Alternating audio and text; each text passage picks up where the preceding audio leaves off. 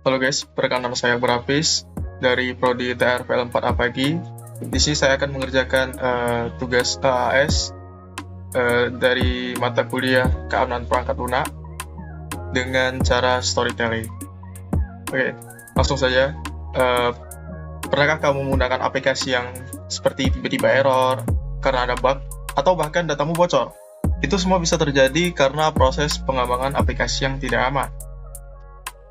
Maka di sinilah saya akan menjelaskan pengembangan keamanan dalam SDLC dari modul 4 ini. Di sini saya akan membahas ada 6, yaitu 6 poin. Oke, pertama itu kita akan masuk ke pengantar dulu ya.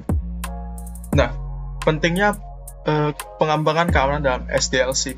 Pertama itu dampak kurangnya keamanan. Aplikasi dapat diserang jika tidak dibangun dengan aman. Data pengguna rentan bocor, mengganggu citra dan reputasi ke perusahaan. Contoh kasus SQL injection-nya adalah seperti contoh kasus pada website e-commerce menunjukkan kurangnya pemfilteran input yang memungkinkan hacker menyisipkan SQL injection, menyebabkan kebocoran data pelanggan maksud saya. Akibat serangannya adalah kerugian finansial dan reputasi perusahaan dapat terjadi akibat kebocoran data. Tujuan pengembangan keamanan. Tujuannya adalah seperti menulis kode yang aman. Menulis kode yang aman dan menerapkan kontrol keamanan dari awal pengembangan. Dan gunakan database kerentangan seperti OWASP, Top 10, dan checklist. Kerentangan untuk membantu pengembangan. Lalu praktik terbaik dalam pengembangan keamanan.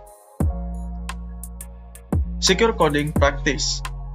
Pengurangan kode default, mengurangi jumlah kode default dan membatasi akses oleh pengguna yang tidak sah. Dan juga batasan kerusakan.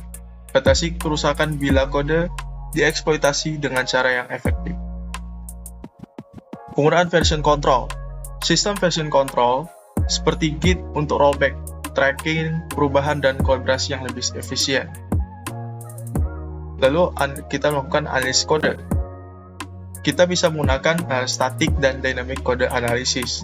Seperti contoh untuk static code analysis, yaitu seperti gunakan tool seperti SonarQube untuk analisis tanpa menjalankan program. Lalu ada dynamic code analysis, yaitu gunakan Veracode untuk analisis yang dijalankan langsung pada kode produk. Kode review. Lakukan review kode manual oleh developer lain untuk mengecek sintaks dan potensi kerentangan. Lalu pengujian. Ada jenis-jenis pengujian seperti unit testing, yaitu uji fungsi kecil secara terpisah untuk memastikan setiap modul berfungsi. Lalu ada integration dan regression testing. Gabungkan modul dan dependensi serta pastikan fitur lama tetap berfungsi. Lalu ada software testing, yaitu melakukan pengujian akhir untuk performa dan keamanan aplikasi sebelum rilis. Lalu kita masuk ke poin kelima, yaitu mengamankan lingkungan pengembangan. Kita bisa melakukan kontrol akses, seperti contoh, akses fisik dan kontrol akses. Amankan akses fisik ke alat pengembangan, seperti gunakan ACL untuk kontrol akses. Dan ada juga kode signing dan build automation. Gunakan kode signing untuk integritas kode dan build automation untuk efisiensi. Lalu terakhir ada penutup.